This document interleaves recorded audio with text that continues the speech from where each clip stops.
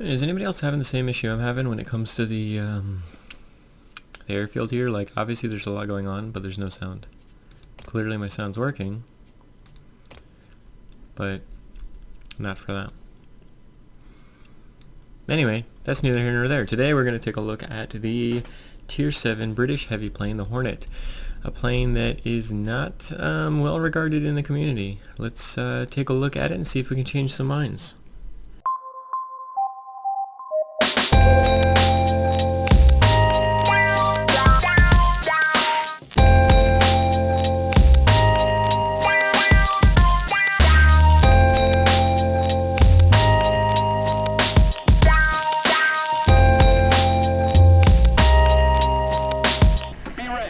Here we go in our first Tier 7 battle. And crud, Gartson's really good. Harry's in a really good plane. We'll see. We've been getting wins at Tier 8, so let's see what we can do at Tier 9. So first things first, on this particular map, you've got to get those mining facilities, right? Mining facilities. Oh my God, no! The military freaking bases. How I do well at this game, I don't even know. My brain can't freaking do anything. So this plane is good at freaking Tier 8, so it's really quite strong at Tier 7. And the key is just, I mean, you don't have any maneuverability, right? And your airspeed's mediocre at best. I'm just going to toss all my rockets down there. So what I very often do is if I get to a situation where I need to kill the plane in front of me, I'm going to be hitting those air brakes like it's nobody's business. These guns are very, very strong, but you need them to hit. And so if a slow plane is in front of me, but I need to kill him because he's going to get behind me or some such nonsense, I'm going to hit the air brakes and do everything I can to make it so that he can't get away from me. Got a VB-10 coming in. But that's okay if he lets me get behind him. I know he's reasonably maneuverable. But it doesn't matter if they just go in a straight line. It's kind of like World of Warships. You know, if a battleship's going in a straight line, you know he's going to get torpedoed. Plane's going in a straight line. If you know something's near you, don't just go in a straight line. Sometimes just wiggling to the left when they expect you to go to the right can totally throw a plane off. And hey, what? Come back here. Thank you. Crazy freaking B-32. So this plane versus B-32s is actually pretty good, especially bot B-32s. It's the specialized human ones that can really tear this plane up. And you don't typically come at it from behind versus those particular planes. It's not going to be very fun coming at it from behind in this particular instance, but I knew I was going to be able to get a million hits on him to start the game off. You know, to start the attack off, so to speak. And where do we want to go? Can we go over here? No, let's go over there. Let's get the mill base. Shall we? We shall. Adelbert. Isn't that a song from Sound of Music? That's Edelweiss, never mind. Oh, and that's like the Australian national song or something, isn't it? Oh, frig, I just probably insulted one person watching me. Anywho, P-38J, definitely a dangerous plane, even though it's Tier 6, and even though it's a bot. But in this kind of situation, oh, hey, it's got, you know, 10 hit points, then who the heck am I to argue?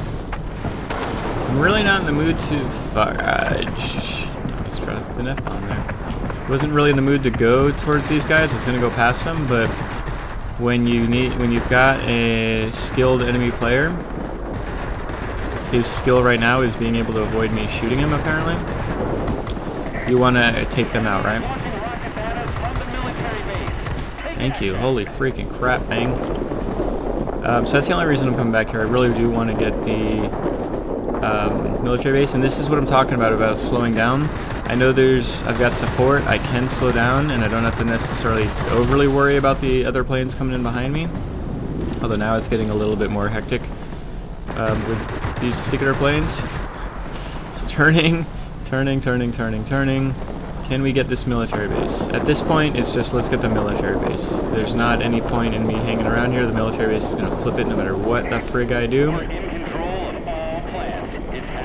Although we've got both the plants, so then who the heck really cares?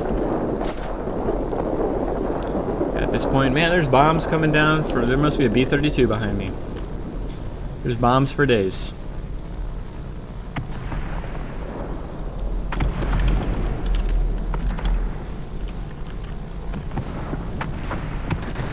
Let's see if I can shoot this guy in the clouds. Yes.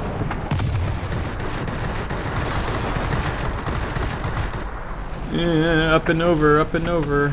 Oh shoot, I should have paid attention to that light fighter. I don't even know what he is, much less who he is. Oh, he's at 0. So I actually don't need to worry about him too much.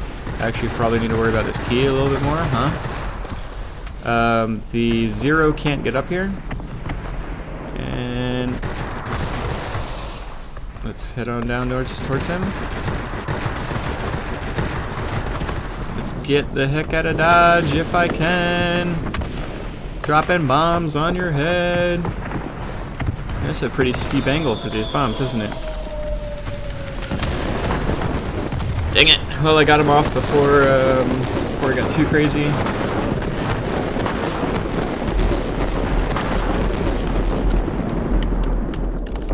Telling my pal here that I'm dead, but at least I got my stuff out. Let's go over to the other mill base and defend a little bit. Well, really, it looks like this game's pretty darn well in hand. But that don't mean a thing. Oh, I didn't get both my bombs off. Well, shoot. Whatever. All military bases are under our control. Gonna defend this military base. Way to go! Victory is close. Get Stefan here. Get this military base here. Apparently I just destroyed a small... The enemy has captured our plant. What? Captured our plant? Whatever. I really don't care. At this point we are so far ahead in the lead. I hope they do capture a plant, to be honest. I'm greedy. I need personal points. What? Never for a bot. I don't know what he means by that. You'll soon be cut off from support. I say again. Game's basically over at this point. It is over at this point. Had a pretty darn strong outing, all things considered.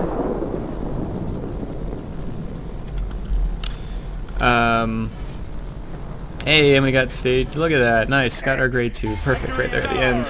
We're waiting for your return. So, yeah, not too shabby of a game at all. Let's head back. Please load. Well, bugger. So unfortunately, because the game didn't want me to see them, we can't see the end plates for that particular game. But that game is quintessential Hornet gameplay, right? You're going and flipping sectors, you're taking out what you can take out, and you're focusing down what you can focus. It plays a lot like a very poorly maneuverable multi-role.